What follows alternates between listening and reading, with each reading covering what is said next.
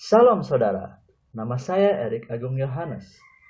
Saya dari Prodi Bahasa dan Sastra Inggris, Universitas Pendidikan Indonesia. Di sini, saya akan menjabarkan materi mengenai seminar pendidikan agama Kristen yang mencakup 5 materi. Materi pertama yang akan saya jelaskan itu berjudul Yesus Kristus. Nah, saudara, banyak sekali pandangan sekaligus opini mengenai siapa itu Yesus Kristus di Alkitab. Seperti yang tercantum di Markus 8 ayat 29, Yesus sendiri mengatakan, "Tetapi apa katamu? Siapakah aku ini?" Siapakah Yesus itu? Menurut pandangan umum, Yesus itu dipandang sebagai manusia biasa 2000 tahun lampau. Tapi menurut beberapa agama besar yang ada di dunia, mengajarkan dan mencantumkan Yesus sebagai seorang nabi atau orang yang lebih dari sekadar manusia biasa. Menurut pandangan Alkitab sendiri, Yesus itu dikatakan lebih dari sekadar seorang nabi, lebih dari sekadar seorang guru yang baik, dan juga lebih dari sekadar seorang yang saleh. Nah, banyak orang yang memperdebatkan dan bilang bahwa Yesus itu bukan Tuhan, karena ia sendiri tidak pernah mengungkapkannya. Tetapi di Alkitab itu tercantum, seperti pada Yohanes 10 ayat 30. Yesus sendiri yang mengatakan bahwa aku dan Bapa adalah satu. Selain itu, ada pula di Yohanes 14 ayat 9. Orang yang sudah melihat aku, sudah melihat Bapa. Ini berarti Yesus sendiri yang mengatakan bahwa ia dan Bapa itu sama. Ia dan Bapa yang di sorga, yaitu Allah sendiri, adalah Yesus. Yesus itu Allah. Selain itu, ada juga di Yohanes 14 ayat 6. Akulah jalan dan kebenaran dan hidup. Tidak ada seorang pun yang datang kepada Bapa kalau tidak melalui aku. Selain itu, ada pula di Yohanes. Banyak sekali pengakuan Yesus di Yohanes. Selanjutnya ada Yohanes 13 ayat 13. Yesus sendiri menyebutkan, "Kamu menyebut aku guru dan Tuhan, dan katamu itu tepat, sebab memang akulah guru dan Tuhan." Ini benar-benar jelas, tercantum, bahkan dari bahasa aslinya sendiri sudah benar-benar tepat ditranslasi menjadi Yesus itu adalah guru dan Tuhan. Tertulis lagi di Yohanes 17 ayat 22 bahwa dan aku telah memberikan kepada mereka kemuliaan yang engkau berikan kepadaku supaya mereka menjadi satu, sama seperti kita adalah satu. Nah, kita yang dimaksud ini adalah Allah dan Yesus, Bapa dan Anak. Mereka itu satu. Dan karena itu, kita dapat mengartikan bahwa Yesus itu bukan hanya pengajar yang agung. Dan Yesus tidak memberikan pilihan itu. Yesus tidak menjelaskan bahwa ia hanya manusia. Yesus juga tidak bermaksud untuk melakukan itu.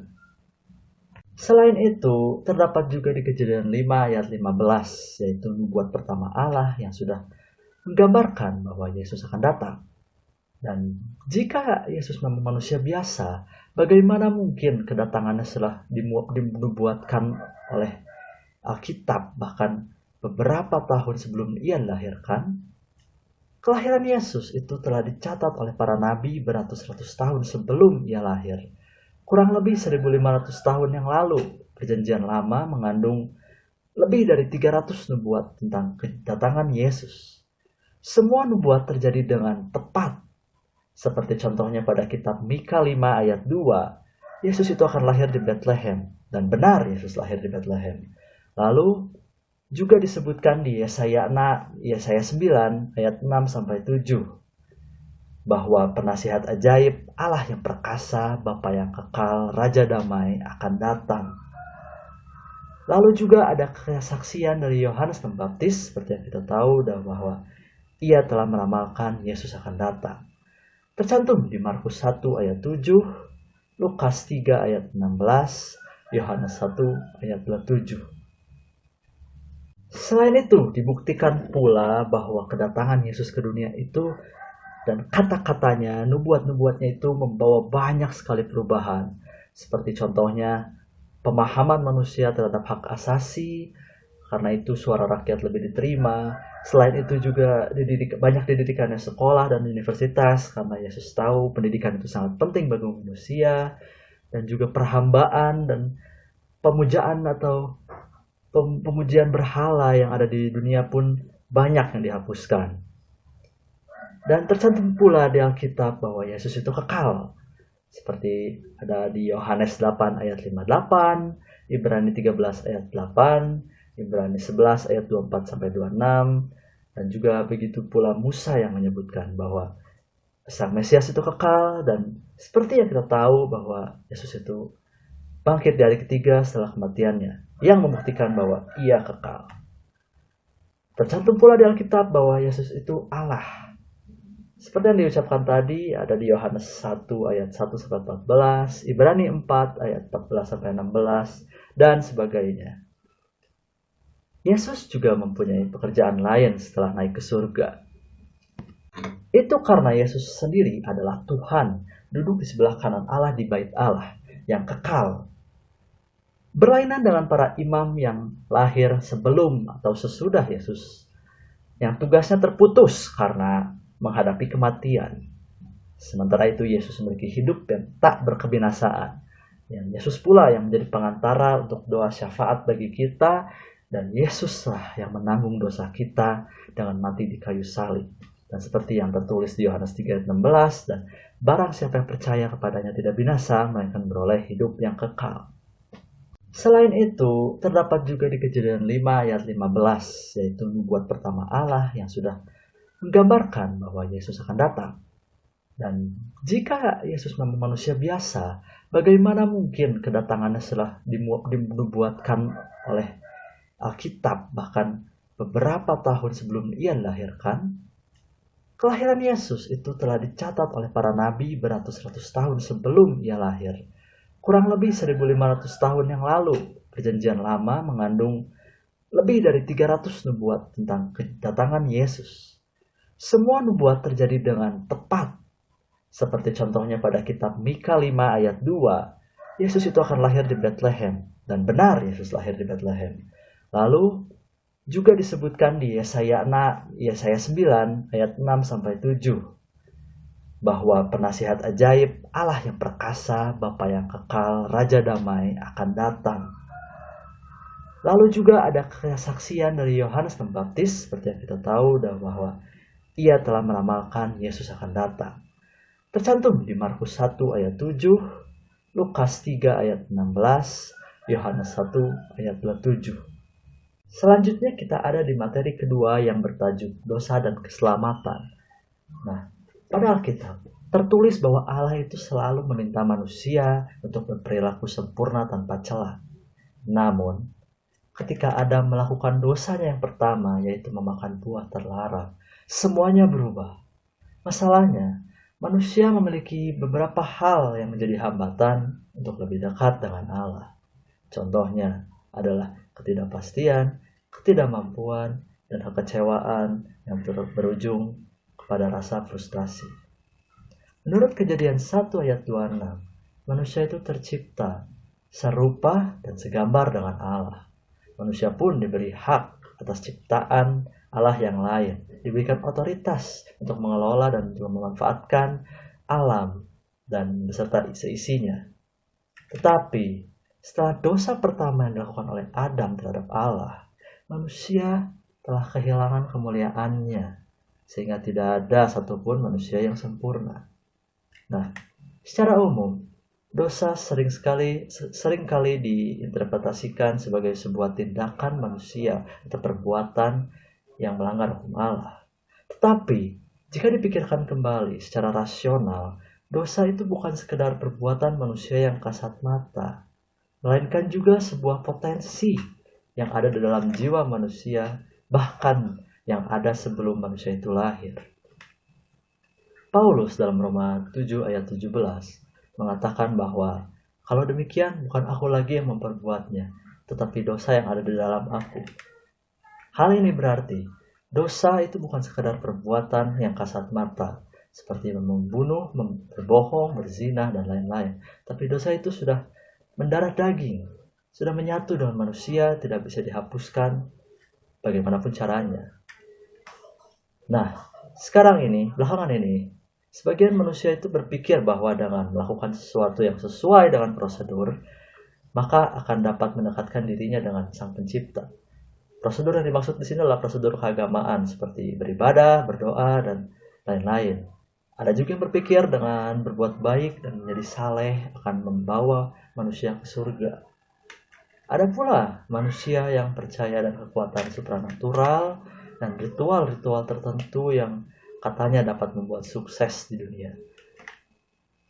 Tapi menurut kacamata Kristen, tidak ada tindakan atau perilaku manusia yang dapat menyelamatkan dari dosa. Karena seperti yang kita tahu bahwa dosa itu sudah menjadi jati diri manusia. Tetapi ada satu hal yang dapat menyelamatkan manusia. Dan satu-satunya itu adalah kematian Yesus di kayu salib. Kematiannya lah yang telah membayar lunas hutang-hutang manusia kepada Allah. Dan Yesus pribadilah yang tidak berdosa, dan Tuhan yang lahir dari seorang perawan tanpa benih dosa, tanpa perbuatan maksiat. Jadi hanya dialah yang dapat membayar dosa-dosa manusia, menebusnya dengan mati di kayu salib. Dengan demikian, manusia juga diberi kehendak bebas untuk memilih oleh Allah. Jika manusia menerima, maka Yesus akan masuk ke pintu hati manusia dan makan bersama-sama dengan manusia. Yang maksud sini adalah, jika manusia mengizinkan Yesus untuk masuk ke dalam dirinya, maka Yesus akan memberikan Roh Kudus, memberikan kemudahan dalam kehidupan. Tapi belum berakhir di situ. Manusia yang sudah menerima dan memutuskan percaya pada Yesus dan mengakuinya sebagai juru selamat harus memiliki keyakinan untuk berbuat sesuai dengan kehendak-Nya. Walaupun seperti yang sudah diucapkan bahwa tidak ada perilaku atau perbuatan manusia yang dapat menyelamatkan manusia itu sendiri. Tapi berbuat baik itu adalah bukti bahwa manusia itu percaya. Makanya manusia memiliki beberapa hal yang menjadi hambatan untuk lebih dekat dengan Allah. Contohnya adalah ketidakpastian, ketidakmampuan, dan kekecewaan yang berujung pada rasa frustrasi. Menurut Kejadian 1 ayat 26, manusia itu tercipta serupa dan segambar dengan Allah. Manusia pun diberi hak atas ciptaan Allah yang lain, diberikan otoritas untuk mengelola dan memanfaatkan alam dan beserta seisinya. Tetapi setelah dosa pertama yang dilakukan oleh Adam terhadap Allah, manusia telah kehilangan kemuliaannya, sehingga tidak ada satupun manusia yang sempurna. Nah, secara umum, dosa seringkali diinterpretasikan sebagai sebuah tindakan manusia atau perbuatan yang melanggar hukum Allah. Tetapi, jika dipikirkan kembali secara rasional, dosa itu bukan sekedar perbuatan manusia yang kasat mata, melainkan juga sebuah potensi yang ada di dalam jiwa manusia, bahkan yang ada sebelum manusia itu lahir. Paulus dalam Roma 7 ayat 17 mengatakan bahwa kalau demikian bukan aku lagi yang memperbuatnya, tetapi dosa yang ada di dalam aku. Hal ini berarti dosa itu bukan sekadar perbuatan yang kasat mata, seperti membunuh, berbohong, berzina, dan lain-lain. Tapi dosa itu sudah mendarah daging, sudah menyatu dengan manusia, tidak bisa dihapuskan bagaimanapun caranya. Nah, sekarang ini, belakangan ini, sebagian manusia itu berpikir bahwa dengan melakukan sesuatu yang sesuai dengan prosedur, maka akan dapat mendekatkan dirinya dengan Sang Pencipta. Prosedur yang dimaksud di sini adalah prosedur keagamaan seperti beribadah, berdoa, dan lain-lain. Ada juga yang berpikir dengan berbuat baik dan menjadi saleh akan membawa manusia ke surga. Ada pula manusia yang percaya dan kekuatan supranatural dan ritual-ritual tertentu yang katanya dapat membuat sukses di dunia. Tapi menurut kacamata Kristen, tidak ada tindakan atau perilaku manusia yang dapat menyelamatkan dari dosa. Karena seperti yang kita tahu bahwa dosa itu sudah menjadi jati diri manusia. Tetapi ada satu hal yang dapat menyelamatkan manusia. Dan satu-satunya itu adalah kematian Yesus di kayu salib. Kematiannya lah yang telah membayar lunas hutang-hutang manusia kepada Allah. Dan Yesus pribadilah yang tidak berdosa, dan Tuhan yang lahir dari seorang perawan tanpa benih dosa, tanpa perbuatan maksiat. Jadi hanya dialah yang dapat membayar dosa-dosa manusia, menebusnya dengan mati di kayu salib. Dengan demikian, manusia juga diberi kehendak bebas untuk memilih oleh Allah. Jika manusia menerima, maka Yesus akan masuk ke pintu hati manusia dan makan bersama-sama dengan manusia. Yang maksud sini adalah, jika manusia mengizinkan Yesus untuk masuk ke dalam dirinya, maka Yesus akan memberikan Roh Kudus, memberikan kemudahan dalam kehidupan. Tapi belum berakhir di situ. Manusia yang sudah menerima dan memutuskan percaya pada Yesus dan mengakuinya sebagai juru selamat harus memiliki keyakinan untuk berbuat sesuai dengan kehendak-Nya. Walaupun seperti yang sudah diucapkan bahwa tidak ada perilaku atau perbuatan manusia yang dapat menyelamatkan manusia itu sendiri. Tapi berbuat baik itu adalah bukti bahwa manusia itu percaya. Jadi intinya, semua manusia yang ada di dunia, baik yang sudah dilahirkan maupun belum dilahirkan, itu sudah jatuh ke dalam benih-benih dosa yang tidak dapat dipisahkan dari jati diri seorang manusia. Dan Allah sendiri mengatakan bahwa upah dosa itu adalah maut. Tetapi Allah menunjukkan hukum kasih, dan kasih-Nya yang mengaruniakan anaknya yang tunggal bernama Yesus. Siapapun yang percaya dan menerimanya sebagai Tuhan dan Juru Selamat tidak akan binasa, melainkan beroleh hidup yang kekal. Amin. Selanjutnya kita sampai di materi ketiga yang berjudul ilustrasi roda. Sebagai orang Kristen, kita sadari bahwa kita hidup di tengah masyarakat yang heterogen. Atau dengan kata lain, kita tinggal sebagai minoritas yang harus memperkokoh iman agar tidak tergoyahkan oleh lingkungan sekitar yang mayoritas. Maka dari itu, kita semua harus bertumbuh secara iman. Nah, kesalahan umum bagi orang-orang Kristen yang mengaku bahwa ia beriman dan beragama adalah bagaimana mereka terlalu terpaku terhadap hukum-hukum dasar agama seperti pembaptisan, penumpangan tangan, dan kebangkitan orang-orang mati. Nah, untuk sejenak, mari kita tinggalkan pengetahuan kita akan hukum-hukum dasar seperti ini karena kita butuh pertumbuhan rohani yang lebih dari ini. Salah satunya adalah menggambarkan kehidupan kita sendiri sebagai sebuah roda yang berputar. Nah, kira-kira gambaran ilustrasi roda dalam kehidupan rohani itu seperti ini. Nah, di situ tertulis bahwa Kristus itu digambarkan sebagai pusat dari roda. Nah, kenapa Yesus dijadikan sebagai pusat dari roda? Itu karena kita tahu sendiri bahwa Tuhan Yesus adalah sumber kehidupan. Yesus Kristus adalah pusat dan poros kehidupan, di mana kita harus berpaku dan kita harus percaya kepada Yesus sebagai pedoman hidup kita, bahwa Ia telah menyelamatkan manusia karena Dia telah mati di kayu salib. Nah, di luar Tuhan, kita tidak dapat melakukan apa-apa, seperti tercantum dalam Yohanes 15 ayat 5. Lalu dari pusat ini terdapat beberapa jari-jari yang juga dapat membantu kehidupan rohani kita. Nah, jari-jari ke-1 itu ada doa. Doa digambarkan sebagai jari-jari vertikal, atau dengan kata lain, hubungan antara manusia dan Tuhan.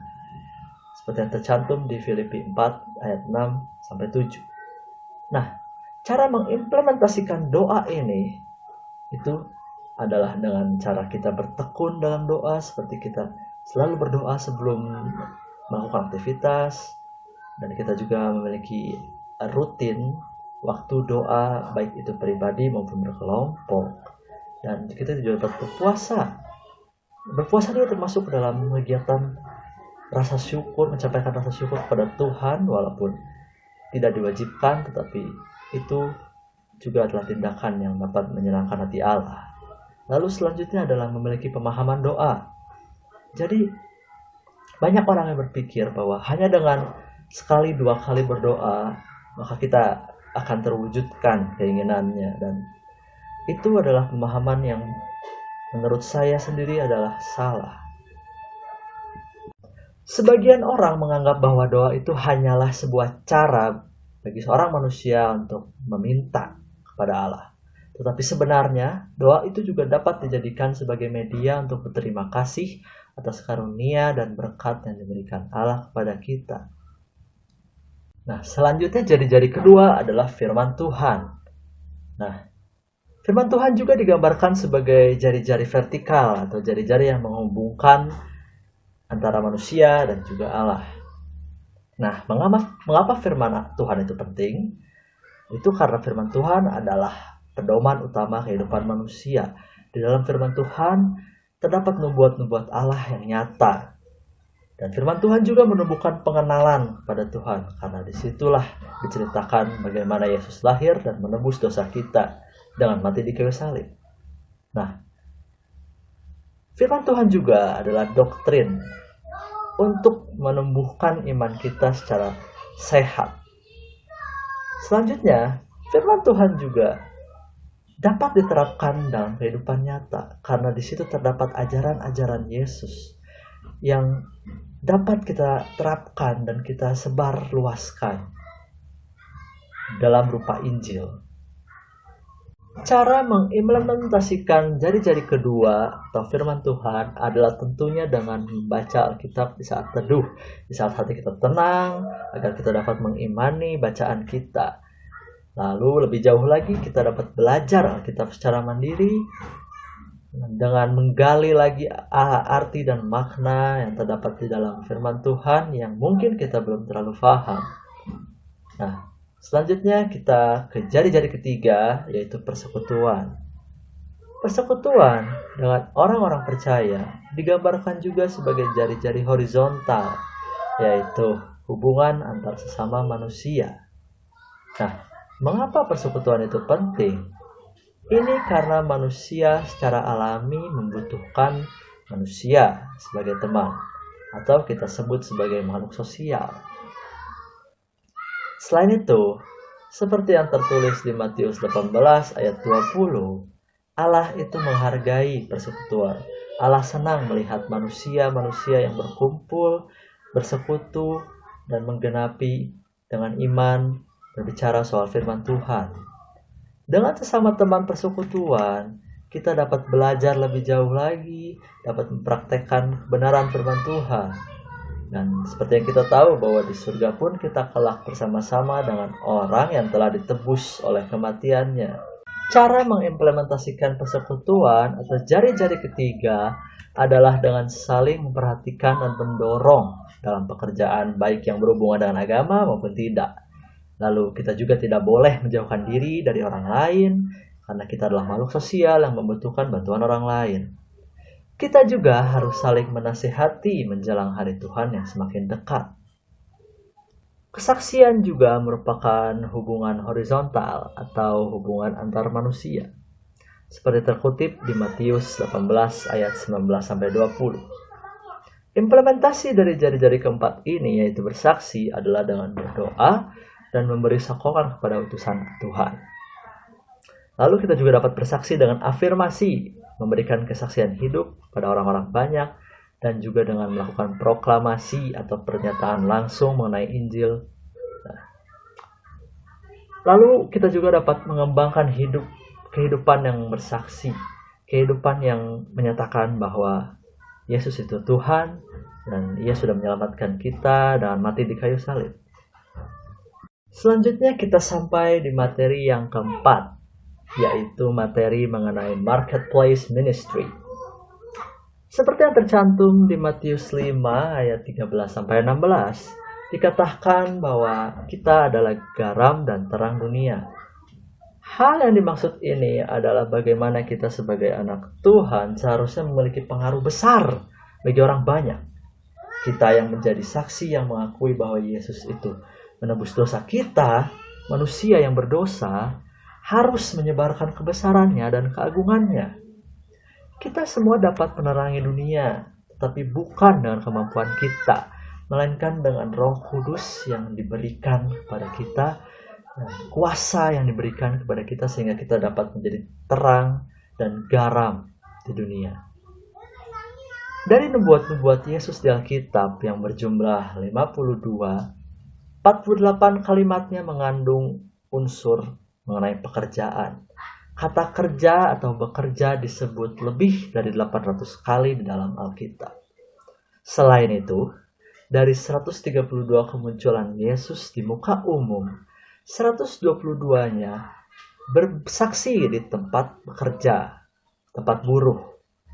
Bahkan dari 40 mukjizat ajaib Yesus, 39 diantaranya itu dilakukan di tempat pekerja atau di tempat para buruh bekerja. Jadi kita patut sadari bahwa Yesus itu orang yang menghargai pekerjaan buruh atau pekerjaan berat yang mungkin dikerjakan oleh orang-orang dengan ekonomi menengah ke bawah. Berikut juga ada 4 kesalahpahaman yang fatal mengenai marketplace ministry. Kesatu, ada pembagian perintah Tuhan antara apa yang harus dilakukan secara pribadi dan apa yang harus dilakukan saat memuji Tuhan. Hal ini tentunya salah karena seperti yang sudah disebutkan tadi bahwa semua perbuatan manusia itu harus memuliakan Tuhan. Tidak ada pembagian jadwal antara apa yang harus dilakukan untuk menyenangkan pribadi ataupun menyenangkan hati Tuhan. Selanjutnya yang kedua, ada pernyataan bahwa gereja adalah tempat yang hanya beraktivitas di lingkup dalam saja. Hal ini tentu salah, karena gereja itu juga dapat menjadi media yang membantu sesama, bahkan di luar lingkup gereja itu sendiri. Yang ketiga, ada pernyataan bahwa orang-orang yang bekerja umum seperti menjadi buruh, pegawai, dan lain-lain itu tidak bisa menjadi sereligius orang-orang yang bekerja di gereja. Seperti yang diucapkan lagi bahwa pekerjaan apapun, baik itu pegawai atau buruh atau apapun, kita tetap harus memuliakan Tuhan. Bahkan dari kegiatan apapun sehari-hari kita itu harus memuliakan Tuhan. Jadi tidak ada yang membedakan antara orang yang sering ke gereja, orang yang kerja di gereja, ataupun orang yang bekerja di tempat lain. Nah, selanjutnya, seperti yang tercantum pada Yeremia 29 ayat 7, kita sebagai orang percaya harus menjadi orang yang pandai berbagi. Dimanapun kita tinggal, langkah baiknya kita menjadi pilar yang membantu orang-orang yang membutuhkan. Begitu pula tercantum di Matius 5 ayat 9, bahwa kita semua akan berbahagia jika kita memberi damai kepada orang-orang di sekitar kita. Inilah konsep garam dan terang dunia, yaitu kita menjadi orang yang menyebarkan kebaikan, dan kita memuji namanya di setiap kegiatan yang kita lakukan. Atas namanya kita semua akan sukacita. Selanjutnya kita sampai di materi yang terakhir yang berjudul The Bible on the Leadership, atau memiliki makna yang sama dengan kepemimpinan dipandang dari Alkitab. Kepemimpinan atau leadership itu adalah salah satu topik yang digemari oleh orang-orang. Banyak buku-buku yang menjelaskan mengenai teori kepemimpinan, bagaimana cara menjadi pemimpin yang baik dan benar, dan sebagainya. Nah, kalau melihat ke dalam Alkitab, disebutkan bahwa seorang pemimpin itu wajib memiliki 2 hal, yaitu kejujuran dan integritas. Ada beberapa poin mengenai kepemimpinan yang dikiranya diimplikasikan dalam Alkitab. Contohnya adalah orang akan mengikuti pemimpin yang jujur dan berintegritas. Kita dapat mengambil contoh dari tokoh-tokoh Alkitab seperti Nabi Nuh, Lot, Musa, dan lain-lain. Poin berikutnya adalah seorang pemimpin tidak akan dipandang jika tidak jujur. Seperti yang kita tahu bahwa pemimpin yang tidak jujur melakukan hal-hal yang menyeleweng seperti korupsi tidak akan mendapat kepercayaan dari rakyatnya. Maka dari itu, kepemimpinan tanpa kejujuran itu adalah kepemimpinan yang buruk. Pemimpin juga wajib mempunyai arah atau visi dan misi dalam menjalankan kepemimpinan agar tercapai tujuannya. Dan akar dari ketidakjujuran akan menghasilkan tindakan ketidakjujuran yang lebih besar, yang juga mendatangkan kesulitan bagi pemimpin itu sendiri. Di Alkitab pun terdapat beberapa contoh orang yang berintegritas, seperti Zakheus di kitab Lukas 19 ayat 8-10. Kemudian ada Ayub di kitab Ayub 27 ayat 2-5. Nah, ada pula contoh orang yang tidak berintegritas. Kita tahu siapa orangnya, yaitu Judas Iskariot. Berikut juga ada beberapa poin yang tentang kepemimpinan yang terimplikasi dari Alkitab. Pemimpin menunjukkan melalui perbuatan, tidak hanya dari kata-kata. Karena seperti yang kita tahu bahwa tindakan itu adalah ukuran utama dari sebuah integritas. Kejujuran dan integritas juga akan terbayarkan dalam waktu panjang. Karena jika sebuah negara misalnya dipimpin oleh pemimpin yang berintegritas dan memiliki kejujuran yang tinggi, otomatis negara itu pun akan sukses dan berkembang. Sistem dalam organisasi yang baik juga akan melahirkan pemimpin yang jujur dan berintegritas. Nah, selanjutnya, yang berkaitan dengan kepemimpinan adalah tujuan. Pemimpin selalu butuh tujuan, karena bekerja tanpa tujuan membuat kita bingung, membuat kita menjadi ceroboh dan kehilangan arah. Menambahkan tujuan di setiap pekerjaan itu dapat membuat kita dipenuhi oleh inspirasi, sehingga pekerjaan kita menjadi lebih terarah dan performa kita juga akan naik. Kita ambil contoh lagi dari Alkitab, seperti tokoh bernama Nabi Nuh, yang sudah diberitahu untuk membuat bahtera oleh Allah. Pembuatan bahtera itu sendiri memakan waktu lebih dari 100 tahun, tetapi ia rela melakukannya dengan giat dan tanpa mengeluh karena ia memiliki tujuan dalam pembuatan bahtera itu. Dan alhasil, ia pun menjadi orang yang dicintai oleh Allah yang selamat dari air bah. Selain itu, Musa juga ditunjuk jadi pemimpin bangsa Israel yang saat itu sedang menjadi budak di tanah Mesir. Ia tidak pernah mundur dari kepemimpinan bangsa Israel karena ia yakin dan ia memiliki tujuan dalam tindakannya. Sehingga Allah pun memberikan jalan, memberikan Roh Kudus kepadanya, walaupun seringkali bangsa Mesir menolak segala permintaannya, dan bahkan bangsa Israel sendiri membencinya, tetapi dengan komitmen terhadap tindakannya, maka Musa berhasil membawa bangsa Israel keluar dari Mesir. Sekian 5 materi mengenai SPAK yang dapat saya sampaikan. Mohon maaf bila terjadi banyak salah-salah kata, dan terima kasih atas perhatiannya. Tuhan Yesus selalu berkati saudara semua.